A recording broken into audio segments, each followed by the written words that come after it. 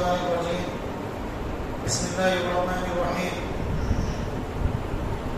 وظللنا عليكم الغمام وأنزلنا عليكم المن والسلوى كلوا من طيبات ما رزقناكم وما ظلمونا ولكن كانوا أنفسهم يظلمون وإذ قلنا ادخلوا هذه القرية فكلوا منها حيث شئتم رغدا وادخلوا الباب سجدا وقولوا حطة نغفر لكم خطاياكم وسنزيد المحسنين فبدل الذين ظلموا قولا غير الذي قيل لهم فأنزلنا على الذين ظلموا رجزا من السماء بما كانوا يفسقون.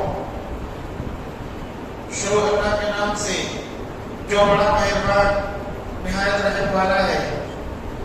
اور ہم نے تم پر یعنی بنی اسرائیل پر بادلوں کو سایہ کیا اور ہم نے تم پر منا اور سلوہ نازل کیا اور کہا کہ وہ پاکیزہ چیزیں کھاؤ جو ہم نے تم کو دی ہیں. اور انہوں نے ہمارا کچھ نہیں بگاڑا بلکہ وہ خود اپنی جانوں پر ظلم کرتے رہے.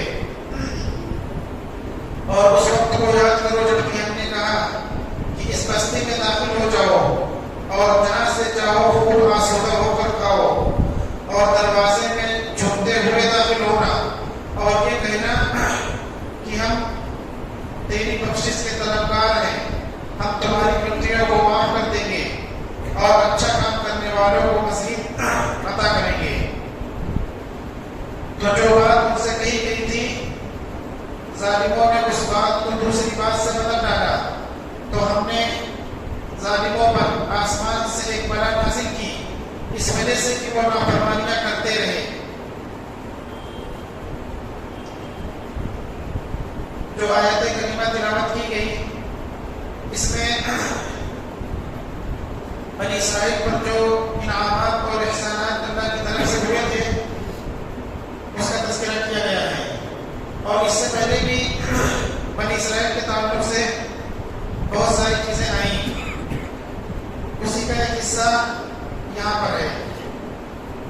سب سے پہلے اللہ تعالیٰ نے جو ان پر بادلوں کو سایہ کیا گیا تھا اس کا تذکرہ فرمایا. وَظَلَّلْنَا عَلَيْكُمُ الْغَمَامَ, اور ہم نے تم پر بادلوں کا سایہ کیا یعنی بنی اسرائیل پر اور تم پر منا اور سلوہ نازل کیا. اس آیت کو سمجھنے کے لیے اس وقت کے حالات اور اس وقت کا واقعہ جو پیش آیا تھا اس کو سمجھنا ضروری ہے. بنی اسرائیل کا اصلی وطن ملک شام ہے. بنی اسرائیل کا اصلی وطن ان کا ملک شام ہے. حضرت یوسف علیہ السلام کے وقت میں یہ مصر آئے تھے کیونکہ مصر پر حضرت یوسف علیہ السلام کی حکمرانی تھی. تو حضرت یوسف علیہ السلام کے زمانے میں بنی اسرائیل ملک شام سے یعنی اپنے اصلی وطن سے مصر آئے اور وہیں پر ٹھہر گئے. ملک مصر ہی میں ٹھہر گئے. اپنے اصلی وطن کو چھوڑ کر مصر آئے اور وہیں پر ٹھہر گئے. ملک شام پر عمالقہ نامی قوم نے قبضہ جما لیا. ملک شام پر عمالقہ نامی قوم تھی جو بڑی زبردست قوم تھی. اس نے اپنا قبضہ جما لیا اور اس ملک پر قبضہ کر لیا. فرعون جب ڈبو دیا گیا اور بنی اسرائیل مطمئن ہو گئے تو اللہ تعالیٰ کی طرف سے بنی اسرائیل کو حکم ہوا کہ عمالقہ قوم سے جہاد کریں, عمالقہ قوم سے جہاد کریں اور ان کے اصلی وطن ملک شام پر جو انہوں نے قبضہ کر رکھا ہے اپنے ملک کو ان سے چھڑائیں. یہ بنی اسرائیل کو حکم ہوا. تو بنی اسرائیل اس ارادے پر مصر سے شام کی طرف چلے اور جب ملک شام کی سرحد پر اس کے حدود پر پہنچے تو ان کو عمالقہ قوم کی زبردست طاقت و قوت کے بارے میں پتہ چلا تو ہمت ہار گئے اور جہاد سے انکار کر دیا. جہاد سے انہوں نے انکار کر دیا جو کہ اللہ تعالیٰ کا حکم تھا. اور ظالموں نے جو ان کے ملک پر قبضہ کر لیا تھا اس ملک کو اپنے قبضے میں لینا تھا. اس کا حکم اللہ تعالیٰ نے دیا تھا تو انہوں نے اس سے انکار کیا. اس انکار کی اللہ تعالیٰ نے ان کو سزا بھی دی کہ 40 برس تک ایک میدان میں ان کو سرگرداں اور پریشان پھرتا چھوڑ دیا. وہ اپنے گھر نہیں پہنچ پائے 40 سال تک.